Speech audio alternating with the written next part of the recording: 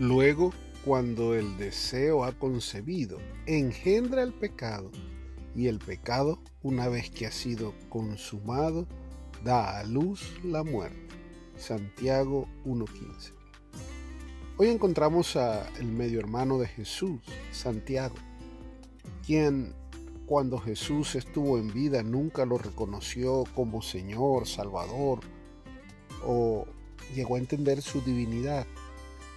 Luego de verlo resucitar y luego de poder observar con claridad el amor de Dios a través del sacrificio de su medio hermano, dio un cambio total y llegó a ser uno de los pilares, de los líderes de la iglesia de Jerusalén.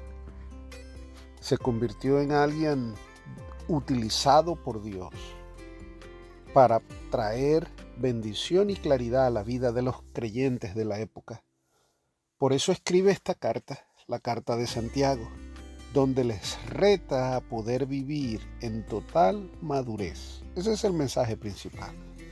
Y en esa madurez, que es la claridad para poder vivir tomando las decisiones correctas apegada a la dirección de Dios, Santiago trata de explicar cuál es el funcionamiento de las emociones y cómo ellas son las culpables del pecado y de la muerte. Santiago nos enseña que todo comienza con los deseos. Ahí están los principales deseos que el ser humano tiene. Están contaminados por el pecado desde el nacimiento. Hay impulsos egoístas, hay intenciones de poder conquistar cosas que no pertenecen o no son apropiadas. Y entonces cuando el ser humano toma tiempo para procesar, para desear, entonces sale la intención que se concreta en pecado.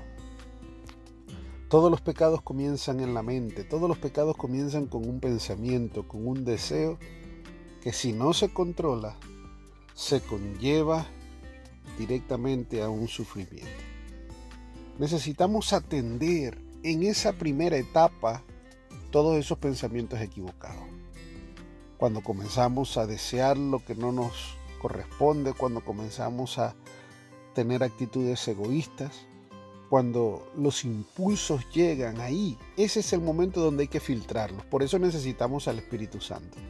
Necesitamos al Espíritu Santo para que nos ayude a controlar, para poder pedirle a Él la fuerza para entender el posible error y para poder detenerlo a tiempo, para poder corregirlo con la verdad de Dios, para entrar en un proceso correcto de purificación. Purificamos primero nuestra mente, por eso necesitamos la mente de Cristo, como lo llegó a decir el apóstol Pablo. Si nosotros damos rienda suelta a los pensamientos, a las emociones, a los impulsos, si vivimos en ese proceso sin tener un filtro emocional y un filtro espiritual, el pecado, que quizás al momento de practicarlo alguien puede conseguir cierto placer o complacencia en satisfacer su impulso, a mediano y largo plazo conlleva sufrimiento, porque por ser algo contrario a Dios, los frutos inmediatos son negativos. Afectan tu vida emocional, tu vida espiritual e inclusive tu vida física. Afectan tus relaciones interpersonales, pero sobre todo afecta tu relación con Dios. Así que necesitamos tener la madurez de aprender a decir no con cuidado, de aprender a detener y reprender esos pensamientos equívocos. Necesitamos tener la astucia y la sabiduría para corregirlos con la palabra de Dios, para que no se conciba, para que no se engendre el pecado y para que no pueda ser consumado.